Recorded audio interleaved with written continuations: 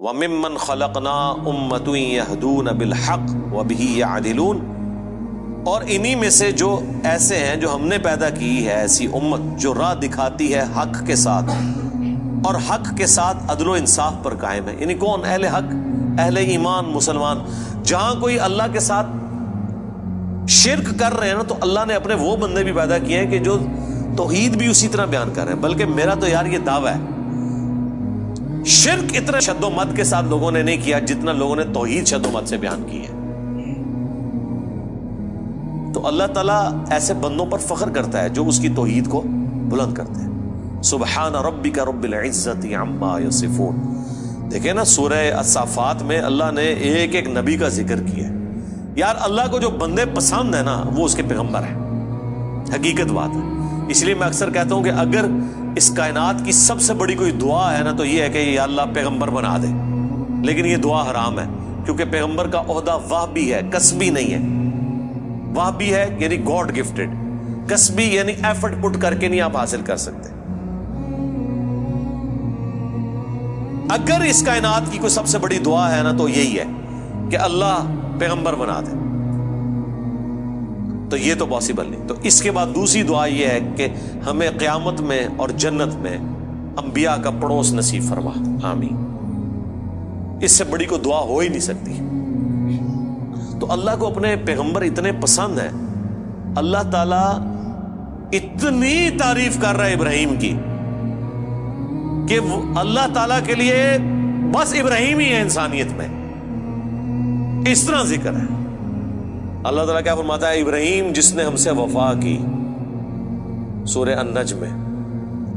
سورۃ البقرہ میں اللہ تعالیٰ فرماتا ہے جب جب آزمایا ابراہیم کو اس کے رب نے تب تب وہ کامیاب ہوا. پھر سورہ الصافات میں تو بڑی قربانی کا ذکر ہے کہ بیٹے کی قربانی مانگ. پھر اللہ نے کہا کہ سلام علی ابراہیم، سلامتی ہو ابراہیم کے اوپر. یوں ہی ہم جزا دیا کرتے ہیں اپنے نیکوکار بندوں کو. ہم نے اس کی قربانی کو انسانیت میں ہمیشہ کے لیے زندہ کر دیا. آج امت محمدیہ ہے لیکن قربانی کو کہتی ہے سنت ابراہیمی، حج کو کہتی ہے سنت ابراہیمی، اسلام کو کہتی ہے دین ابراہیمی. ملت ابیکم ابراہیم هو سماکم المسلمین من قبل وفی ھذا. یار چھوڑ دے سب سے بڑی بات رسول اللہ.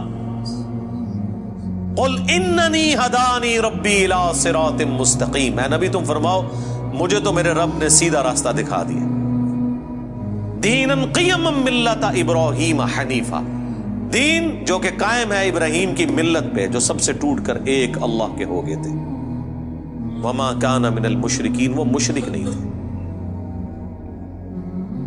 پھر سورہ نحل میں اللہ نے فرمایا ابراہیم اکیلے پوری امت ہے، اکیلا پوری امت. یعنی کوانٹٹی کوئی اللہ کے نزدیک اہم نہیں، کوالٹی. بندہ کہتا ہے کہ پتہ نہیں ابراہیم نے کتنے 90 لاکھ کلمہ پڑھایا ہوئے گا. آیا نا داڑ تلے دسو 90 بھی بندے نہ پورے کر سکتے. قرآن میں آیا ایک لوط ایمان لایا ابراہیم پہ، یا چند ان کے گھر والے جو بیوی بچے تھے، دیٹس آل. 10 کی گنتی بھی پوری نہیں ہوتی. اس لیے اللہ نے کہا ابراہیم پوری امت ہے. اللہ کے نزدیک ابراہیم علیہ السلام کی کتنی اہمیت ہے. تو سورہ الصافات میں اللہ نے ابراہیم کی قربانیوں کا ذکر کیا، نوح علیہ السلام کی کہا سلام علی نوح فی العالمین. ٹھیک ہے. موسیٰ اور ہارون کا ذکر کیا، سلام علی موسیٰ و ہارون. اور پھر اللہ تعالیٰ نے اینڈ پہ جا کے کنکلوڈ کیا سورہ الصافات میں تمام انبیاء پہ الگ الگ ذکر کر کے ان پہ سلامتیاں بھیج کے اینڈ پہ اللہ نے کہا سبحان ربک رب العزت عما یصفون. تیرا رب پاک ہے ہر اس شرک کی برائی سے جو لوگ اس کی طرف منسوب کرتے ہیں.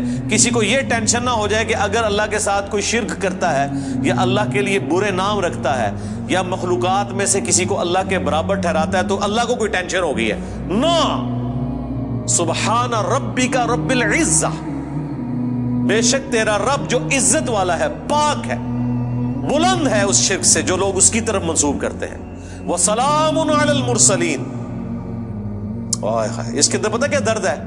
اللہ کہتا ہے ہمارے لیے تو ہمارے پیغمبر ہی کافی ہیں، سلامتی ہو ہمارے پیغمبروں پر، انہوں نے ایسا حق ہمارا ادا کیا کہ پوری انسانیت گمراہ بھی ہو جائے نا ہمیں کوئی پرواہ نہیں ہے۔ ہمارے جو سچے بندے تھے، ابراہیم، موسیٰ، عیسیٰ، نوح، آدم، محمد رسول اللہ صلی اللہ علیہ وآلہ وسلم، ان پر سلامتی ہو، والحمد للہ رب العالمین، اور تمام تعریفیں پھر اللہ کے لیے۔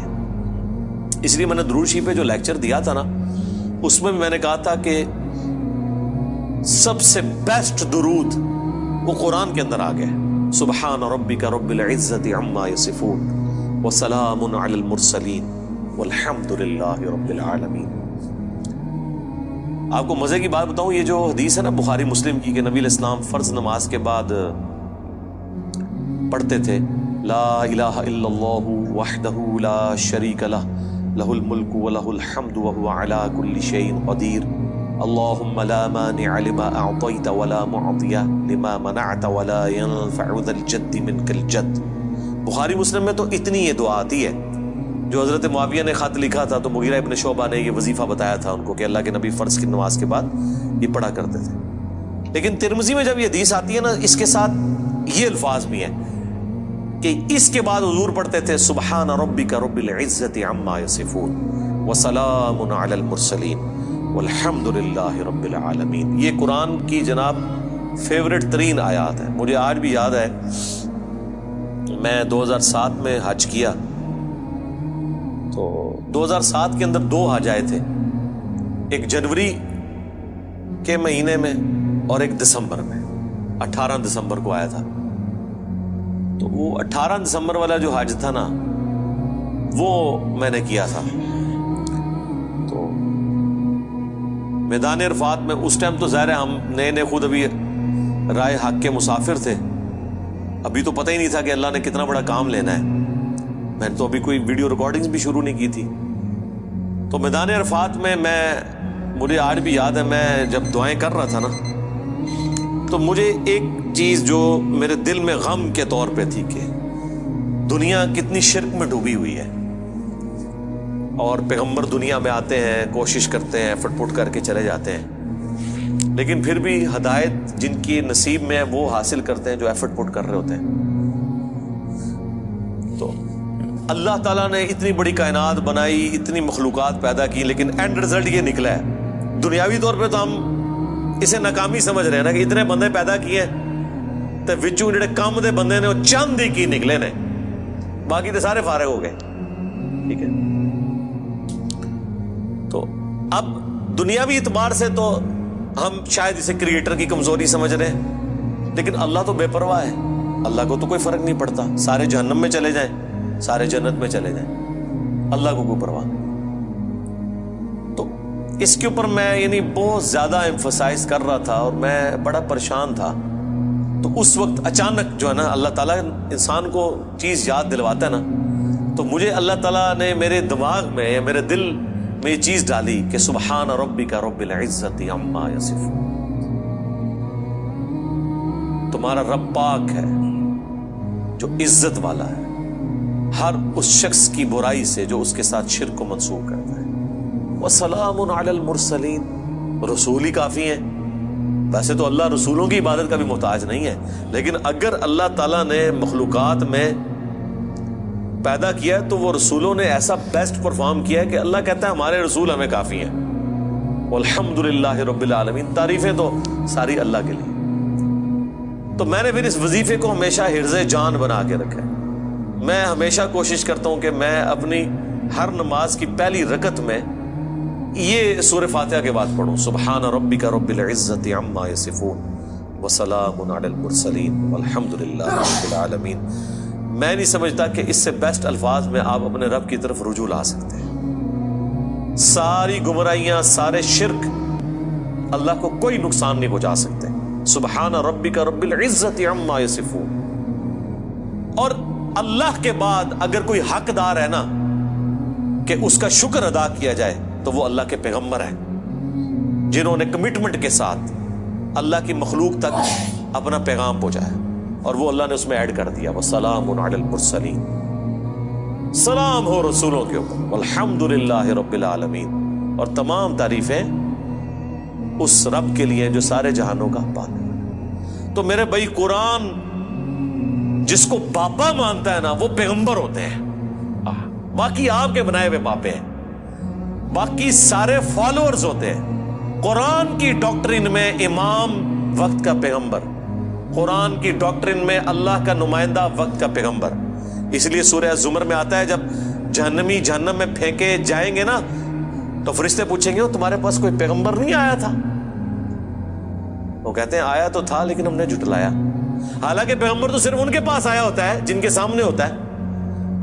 جب ہم سے پوچھا جا رہا ہوگا کہ آپ کے پاس کوئی پیغمبر آیا تھا، ہم کہیں گے کہ آیا تھا تو ہماری موجودگی میں تو نہیں آیا۔ اللہ جس کو امام ڈکلیئر کیے ہوئے وہ وقت کا پیغمبر ہوتا ہے، چاہے آپ نے اسے دیکھا ہے یا نہیں دیکھا، آپ اس کی زندگی میں ہیں یا نہیں ہے۔